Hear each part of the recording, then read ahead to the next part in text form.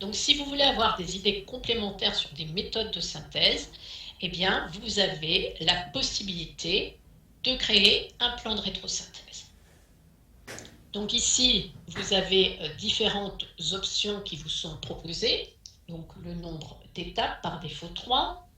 Vous avez la possibilité d'obtenir des plans de rétrosynthèse expérimentaux, donc qui vont être basés sur des réactions publiées dans la littérature, mais vous pouvez aussi avoir des plans de rétrosynthèse prédictifs. Donc ces plans de rétrosynthèse prédictifs vont être bâtis sur des règles de réaction, telles que par exemple estérification, formation de carbamate, etc.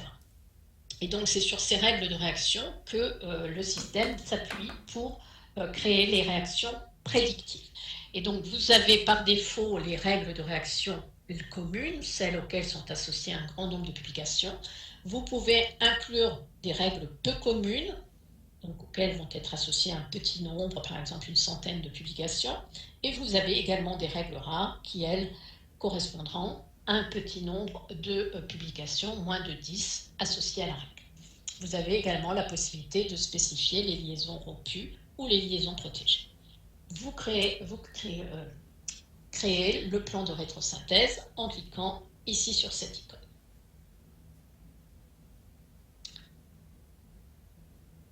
Donc, vous avez ici le plan de rétrosynthèse expérimentale qui vous est proposé et vous avez la synthèse prédictive qui est en train d'être générée. Donc, vous avez la molécule A qui était la molécule cible et le système vous indique la méthode de synthèse correspondante.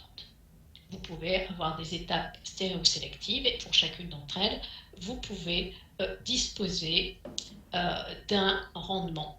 Donc c'est calculé ainsi qu'une indication concernant le prix de cette synthèse, alors basée bien sûr sur les données qui sont présentes dans la base de données de fournisseurs prédictifs.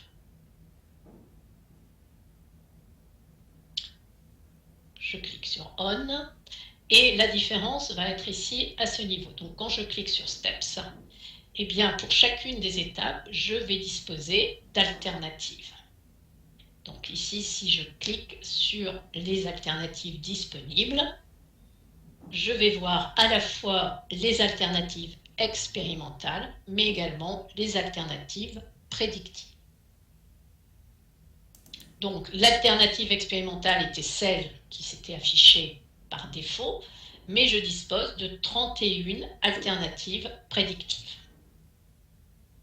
Donc ces alternatives prédictives apparaissent ici. Et pour chacune d'entre elles, on vous donne le rendement moyen et sont associées également les évidences. Donc les évidences vont renvoyer vers les réactions qui répondent à la même règle.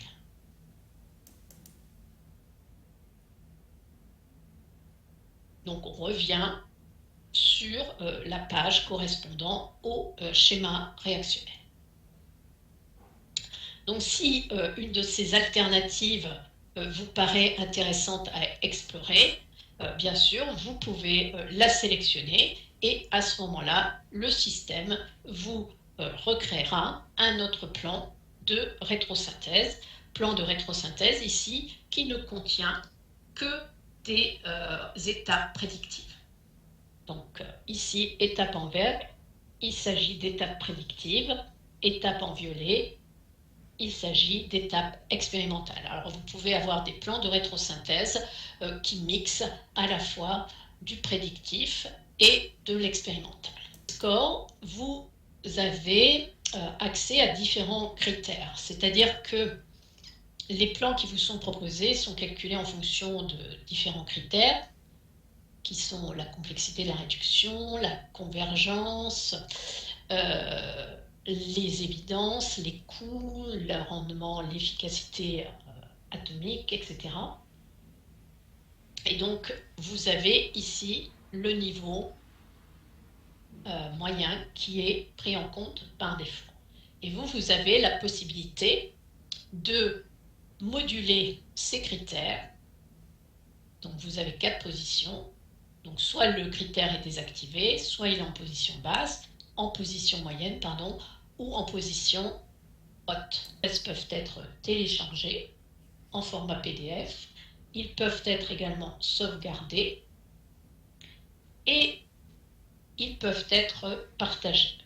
Donc, vous avez la possibilité d'envoyer un plan de rétrosynthèse à un de vos collègues, donc qui doit bien sûr disposer d'un accès à SciFinderN, mais ceci lui permettra d'ouvrir le plan de rétrosynthèse que vous avez créé et vous pourrez ainsi échanger, partager vos idées par rapport aux synthèses qui vous sont proposées. Alors, ces plans de rétrosynthèse peuvent être faits bien sûr sur des molécules connues, avec un numéro CAS, mais ils peuvent aussi s'utiliser avec des molécules auxquelles ne sont pas associées de référence et qui n'ont pas de numéro CAS. Donc ici, je suis dans le Search History, donc j'ai l'historique de toutes les requêtes que j'ai pu faire, et je vais donc aller chercher une molécule préalablement désignée. Donc cette molécule, elle n'existe pas. C'est une molécule que j'ai reprise, à laquelle j'ai apporté quelques modifications, mais c'est une molécule qui n'a jamais fait l'objet de publication. Eh bien, on a la possibilité donc de créer le plan de rétrosynthèse sur cette molécule, synthèse prédictive. Alors, pour créer le plan de rétrosynthèse, eh bien, une fois que vous avez dessiné la structure, il faut vous positionner dans, non pas l'onglet Substance, mais dans l'onglet Réaction. Et donc ici, dans l'onglet Réaction, vous avez accès sous Edit à la création du plan de rétrosynthèse.